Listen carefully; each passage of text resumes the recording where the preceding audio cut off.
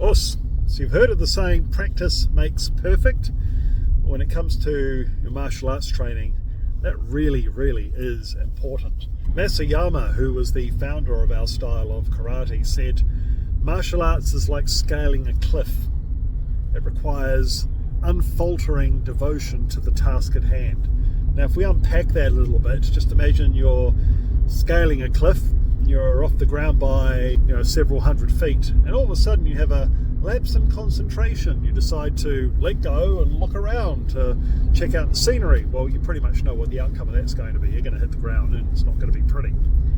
So when we apply that to martial arts, it's about if you want to achieve anything that's going to be significant and worthwhile, if you want the grade that you're working towards or the grade that you're currently in to actually mean something, you must apply yourself, and it must require from you the absolute devotion to the task at hand.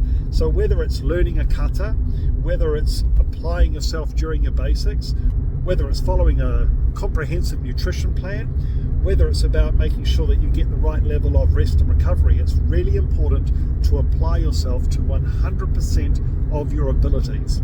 One of the great things about being an instructor for coming up 2.5 decades, I've had the opportunity to train with many students and produce numerous number of champions. And when I say champions, I'm not just talking about a club champion or a style champion. I'm talking about a champion that goes in and competes against multiple styles across open tournaments and wins. That's a champion.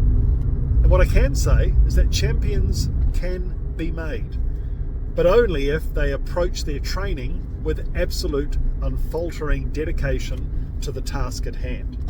I often train students who want to be champions, but they can't attend. For some reason, they find a reason to be inconsistent in their training. They're there 1 week and then the next week they're gone, and then they come back the following week, they enter competitions. Now that's all right if you've fully prepared and what you've done is you've made yourself as competitive as possible and you go in with everything that you've got because you've given everything to your training and you come second or you don't place. That's fine, because what you've done is you've worked hard, you've dedicated yourself to become the very best that you can be on the day. So if you really do want to be competitive, if you want to be the best that you can be, you really must absolutely 100% apply yourself and do the very best that you can. That means turning up for every training session that's available.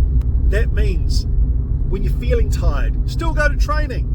Maybe you had a really hard day at work or school or whatever, you still go to training. Maybe it's cold outside, which is always the big one when winter kicks around. You go to training. If you want to be the best, if you want to compete with the best, and more important than winning or losing, if you want to be the best that you can be and be as competitive as you can be and give yourself every opportunity to be the best and to prove yourself on the day, you actually have to apply yourself to 100% of your ability. Now, in saying that, it's okay to have other activities or other interests, but if you want to be a champion, you need to decide what it is you're going to focus on. What is it that you're going to give 100% of your attention to? If you want to do a bit of this and do a bit of that and then have a bit of time off to do other things, that's fine. But don't expect to be a champion. If you want to be the best that you can be, you've got to apply yourself 100%. That's the only way to get there. It's got to be every part of your waking being. It's got to be every part of your focus when you're doing everything other than your training. That's what makes a champion. Someone that has 100% dedication and devotion to the task at hand.